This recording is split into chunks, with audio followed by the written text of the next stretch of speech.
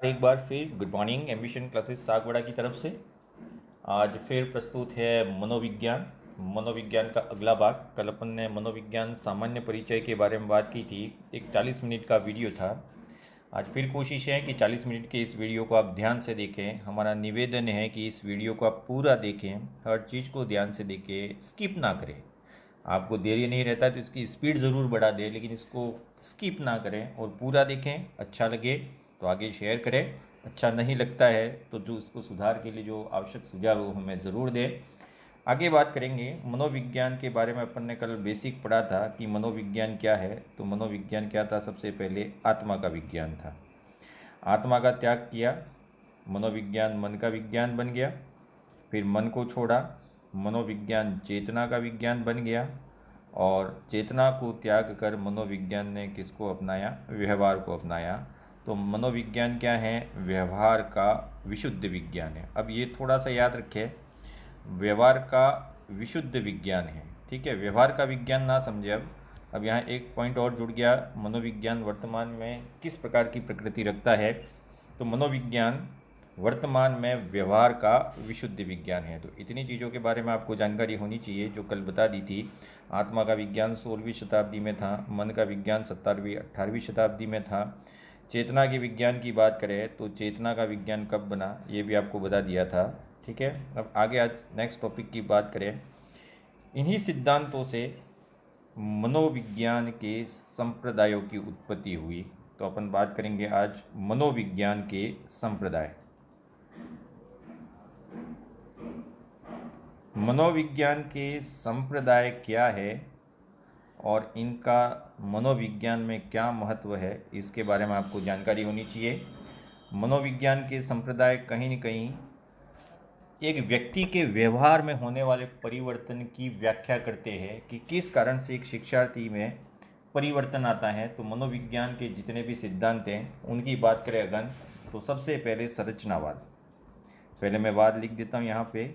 मनोविज्ञान के बारे में एक वाद आता है संरचनावाद।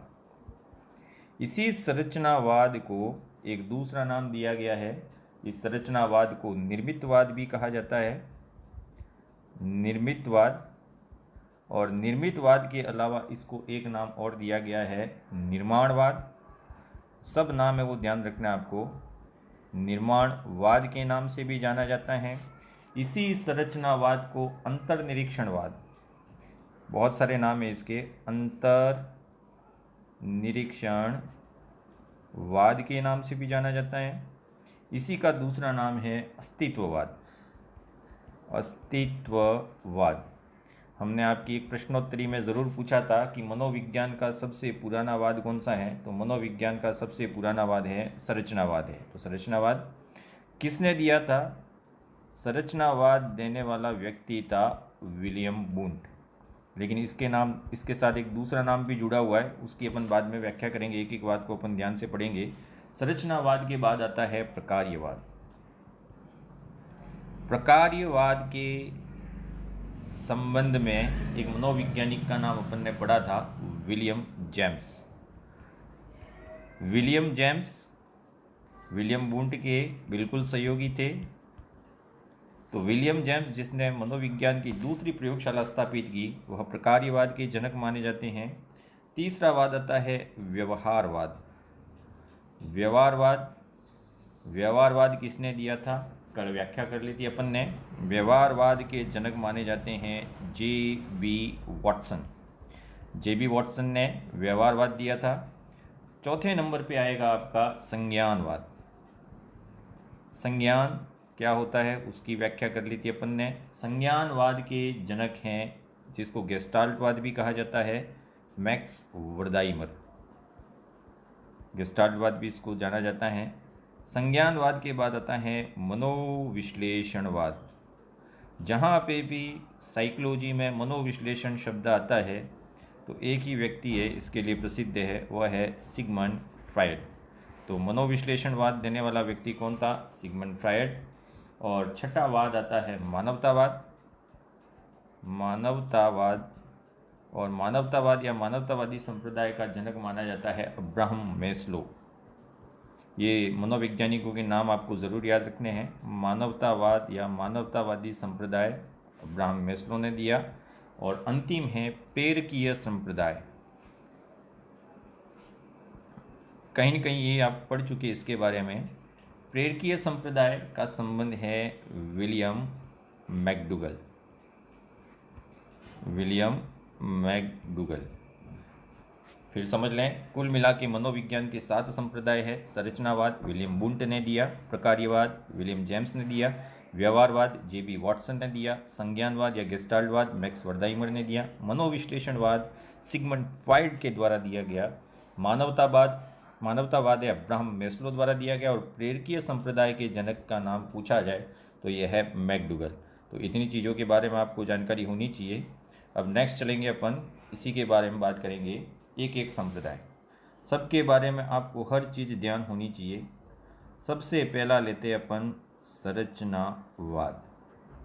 संरचनावाद की बात करें तो इसके जितने भी नाम थे वो मैंने आपको बता दिए हैं। संरचनावाद के बारे में आपको क्या क्या ध्यान रखना वो समझें। संरचनावाद है वह मनोविज्ञान का प्रथम संप्रदाय माना जाता है। प्रथम, या इसको कह सकते हैं आदि संप्रदाय। मनोविज्ञान का सबसे पहला संप्रदाय किसको माना जाता है? संरचनावाद को माना जाता है। पहली इंपॉर्टेंट लाइन, किसने दिया था ये? तो इसके संबंध में 2 चीज़ें आपको बिल्कुल याद रखनी है। पहले तो नाम आता है, इस संप्रदाय की स्थापना 19वीं शताब्दी में विलियम बुंट द्वारा की गई थी।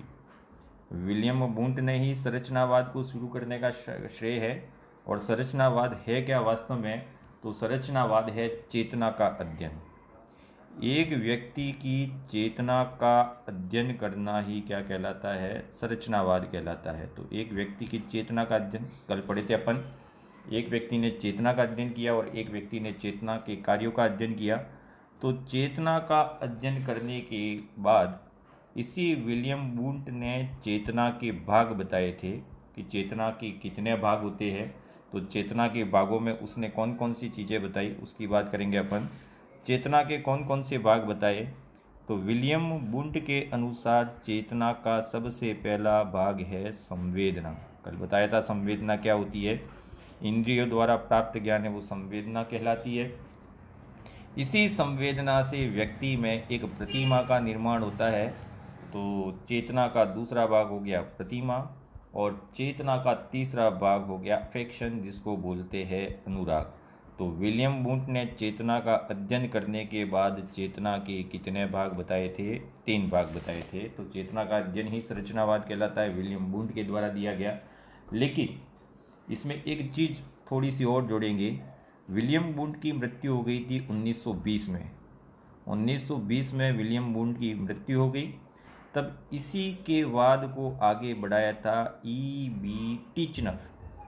इसलिए कभी कभी ये प्रश्न भी आ सकता है कि संरचनावाद का जनक कौन माना गया है? E.B. टिचनर भी माना गया है। विलियम बुंट ने इसको स्थापित किया, लेकिन इसका सर्वाधिक अध्ययन है वह E.B. टिचनर ने किया था। और E.B. टिचनर ने इसका अध्ययन कहाँ किया, इसके बारे में भी पूछा जा सकता है। कॉर्नेल विश्वविद्यालय अमेरिका, कॉर्नेल विश्वविद्यालय अमेरिका में। तो संरचनावाद का जन्म कहाँ हुआ? अमेरिका में हुआ। कौन सा विश्वविद्यालय था? कॉर्नेल विश्वविद्यालय।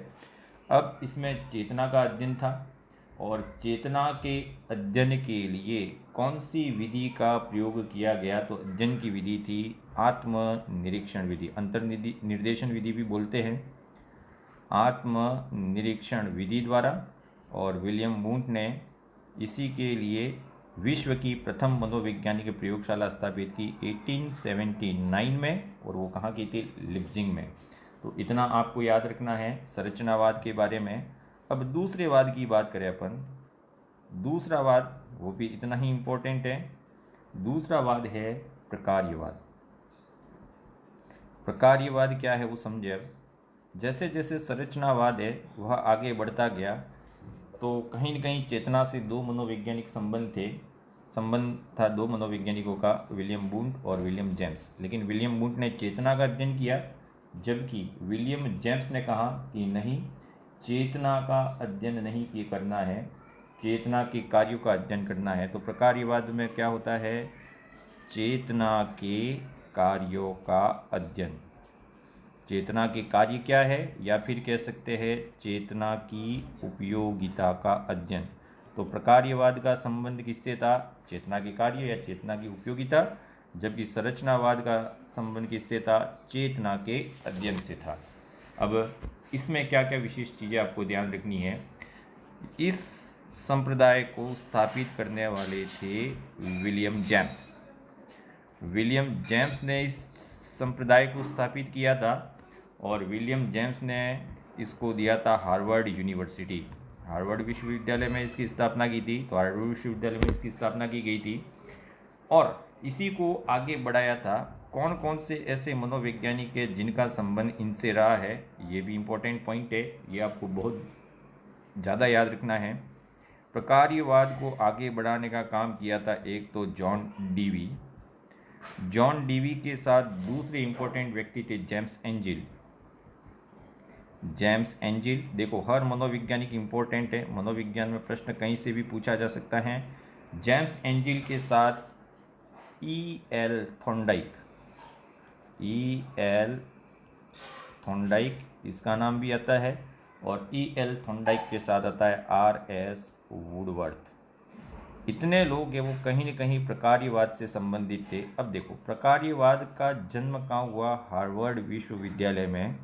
लेकिन चेतना के कार्यों का अध्ययन सर्वाधिक इन मनोवैज्ञानिकों ने किया और चेतना के कार्यों का इन मनोवैज्ञानिकों ने अध्ययन किया था शिकागो यूनिवर्सिटी अमेरिका में। तो दो बात पढ़ ली अपन ने, एक हो गया संरचनावाद और दूसरा हो गया प्रकार्यवाद। अब नेक्स्ट चलेंगे अपन तीसरे वाद की तरफ। तीसरा वाद आता है व्यवहारवाद। व्यवहारवाद के बारे में अपन ने कल चर्चा की थी कि व्यवहार शब्द का सबसे पहले उपयोग विलियम मैकडूगल ने किया था 1905 में और उनकी एक किताब थी जिसका नाम था आउटलाइन साइकोलॉजी और इस किताब के आधार पर ही उन्होंने 1908 में मूल प्रवृत्तियों का सिद्धांत दिया। अब व्यवहारवाद की कैसे समझें वो देखें। संरचनावाद और प्रकार्यवाद। संरचनावाद को कब दिया गया? तो संरचनावाद दिया गया था 1912 में और प्रकार्यवाद जो विलियम जेम्स के द्वारा दिया गया था वो दिया गया था 1914 में। इन दोनों के बीच में 1 साल का गैप है। इसके बीच में ही इस गैप को भरने का काम किया था J.B. वॉटसन ने 1913। कहीं कहीं व्यवहारवाद 1924 भी लिखा आता है और कहीं कहीं 1913 भी आता है। इस पर अपन बाद में डिस्कस करेंगे, दोनों ही सन मैंने बताए हैं। 1913 में मनोविज्ञान व्यवहार का विज्ञान बन गया और इस व्यवहार के विज्ञान की उपयोगिता ज़्यादा बढ़ गई। अब यहाँ पे व्यवहार का अध्ययन किया गया, व्यवहार का विज्ञान इसलिए व्यवहार का अध्ययन किया गया और व्यवहार के अध्ययन की J.B. वॉटसन ने 2 विधियाँ बताई थी। एक व्यवहार का अध्ययन किया जाता है प्रेक्षण के द्वारा और व्यवहार के अध्ययन का दूसरा साधन है अनुबंधन। तो सबसे पहले व्यवहार के अध्ययन की विधियों की बात की थी J.B. वॉटसन ने। प्रेक्षण एवं अनुबंधन के द्वारा ही व्यवहार का अध्ययन संभव है। अब ये तो हो गया व्यवहारवादी। तो व्यवहारवाद से संबंधित कितने मनोवैज्ञानिक थे? तो व्यवहारवाद से संबंधित एक तो हो गया आपका J.B. वॉटसन। लेकिन बाद में इसी व्यवहारवाद को आगे बढ़ाने का काम किसने किया? तो इसको आगे बढ़ाने का काम जिन्होंने किया उनको बोलते हैं परवर्ती व्यवहारवादी।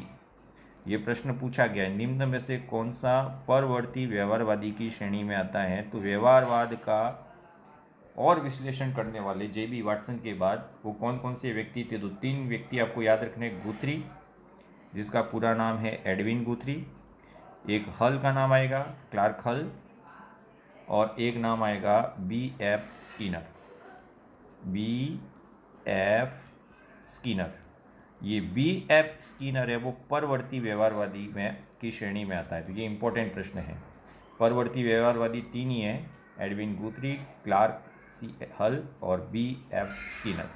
तो ये हो गया व्यवहारवाद। व्यवहारवाद के बारे में अपन ने कल बहुत सारी व्याख्या की थी, कौन कौन सी चीज़ें इसके अंदर आती है।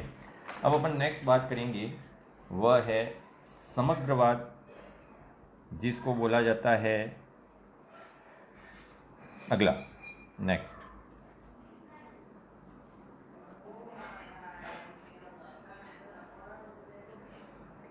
नेक्स्ट नंबर पे आएगा आपका समग्रवाद। इसी समग्रवाद को कहा जाता है गेस्टाल्टवाद। इसी को गेस्टाल्टवाद के नाम से भी जाना जाता है और इसी का अगला नाम है संज्ञानवाद। इसे संज्ञानवाद के नाम से भी जाना जाता है। वीडियो पूरा देखें, ध्यान से देखें, कोई चीज़ ना छोड़े, ठीक है। ये हमारा निवेदन है आपसे। समग्रवाद, गेस्टाल्टवाद या संज्ञानवाद, इसको कब दिया गया, किसने दिया, उसकी बात करेंगे। तो इस वाद की स्थापना हुई थी 1912 में और इसका प्रवर्तन, ये प्रश्न कई बार पूछा गया है कि गेस्टाल्टवाद का प्रवर्तन करने वाले व्यक्ति कौन थे। तो गेस्टाल्टवाद का प्रवर्तन किया था मैक्स वर्दाइमर। इम्पोर्टेंट नाम है, मैक्स वर्दाइमर ने इसका प्रवर्तन किया था। लेकिन इसके साथ कौन कौन से व्यक्ति और शामिल थे, तो कुछ व्यक्तियों के, 2 व्यक्तियों के और नाम लिखूंगा, वैसे 3 व्यक्ति है। एक तो है वोल्फगैंग कोहलर, पूरा नाम इसका याद रखना है आपको, वोल्फगैंग कोहलर। Wolfgang Kohler. और एक आता है कर्ट कोफका। कर्ट कोफका, ये पूरे नाम है, अक्सर ये आते हैं वर्दाइमर, कोहलर और कोफका।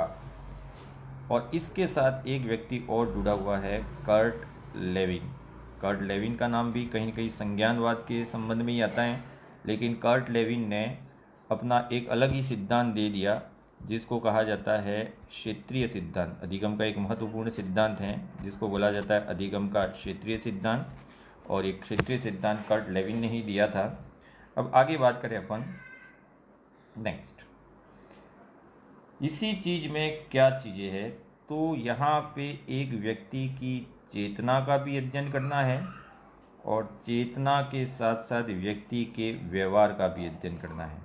किसी व्यक्ति की चेतना है वह उस व्यक्ति का आंतरिक रूप भी कहलाती है, और किसी व्यक्ति का व्यवहार है वह उस व्यक्ति का बाह्य रूप कहलाता है। मतलब किसी व्यक्ति के व्यवहार या संपूर्ण अध्ययन करने के लिए उसके आंतरिक रूप और उसके बाह्य रूप दोनों का अध्ययन करना है, और दोनों जब मिला दे तो ये बन जाता है समग्र बन जाता है। अब यह एक गेस्टाल्ट कौन सी भाषा का शब्द है, जर्मन भाषा का शब्द है, और इस गेस्टाल्ट का मतलब होता है समग्र या पूर्ण होता है। तो समग्र पूर्ण यही कहते हैं। इसके अनुसार मनोविज्ञान चेतना एवं व्यवहार दोनों का विज्ञान है। यह पूर्ण से अंश किसकी व्याख्या करता है, पूर्ण से अंश को जानने की बात करता है। यह सिद्धांत बुद्धि पर ज़्यादा जोर देता है, और बुद्धि है वही अंत में एक व्यक्ति की संवेदना को संज्ञान में परिवर्तित करता है। तो यहाँ पे बुद्धि पे ज़्यादा जोर दिया गया था, इसलिए बुद्धि के बारे में आपको याद रखना है। ये अपन ने पहले पढ़ लिया, ये दूसरा है। अब नेक्स्ट चलेंगे अपन नेक्स्ट पॉइंट पे। अगला कौन सा वाद है, अगले वाद की तरफ बढ़े अपन। तो अगले वाद में आता है मानवतावादी संप्रदाय। मानवतावादी संप्रदाय, मानवतावादी संप्रदाय किसने दिया, अपन ने बात कर ली। अब्राहम मेस्लो द्वारा मानवतावादी संप्रदाय दिया गया। मानवतावादी संप्रदाय 2 चीज़ों पर इम्पोर्टेंट है। यह कहीं न कहीं आप जब अभिप्रेरणा के सिद्धांत पढ़ेंगे तब आएगा। यहाँ व्यक्ति का व्यवहार है वह मानव की आवश्यकताओं पर निर्भर करता है, और ये आवश्यकताएं कितने प्रकार की होती है, 5 प्रकार की होती है। ये 5 प्रकार की आवश्यकताएं है वह पदानुक्रमिक सिद्धांत हैं अभिप्रेरणा का, उसमें पढ़ेंगे। और अंत में आपके आता है वह सबसे इम्पोर्टेंट है, अंत वाला कौन सा सिद्धांत है जिसको क्या नाम दिया गया और क्या क्या किस दृष्टि से इम्पोर्टेंट है। मनोविज्ञान का अंतिम संप्रदाय, वह संप्रदाय है प्रेरकीय संप्रदाय। प्रेरकीय संप्रदाय, प्रेरकीय संप्रदाय दिया था विलियम मैकडूगल ने। William McDougall. प्रेरकीय संप्रदाय देने वाले व्यक्ति विलियम मैकडूगल थे। और इनकी किताब 1905 में जो आई थी उसकी भी व्याख्या अपन ने कर ली है। कौन सी किताब थी? Outline of psychology. ये चीज़ क्या कहलाती है उसकी बात करेंगे। इन्होंने 1908 में मूल प्रवृत्तियों का सिद्धांत दिया था, 1908 में। और जैसे ही मूल प्रवृत्तियों का सिद्धांत दिया, इसी के साथ ही एक संप्रदाय बन गया, वो बन गया प्रेरकीय संप्रदाय। तो मूल प्रवृत्तियों का सिद्धांत देने वाले व्यक्ति भी विलियम मैकडूगल थे और प्रेरकीय संप्रदाय देने वाले व्यक्ति भी कौन थे? मैकडूगल थे।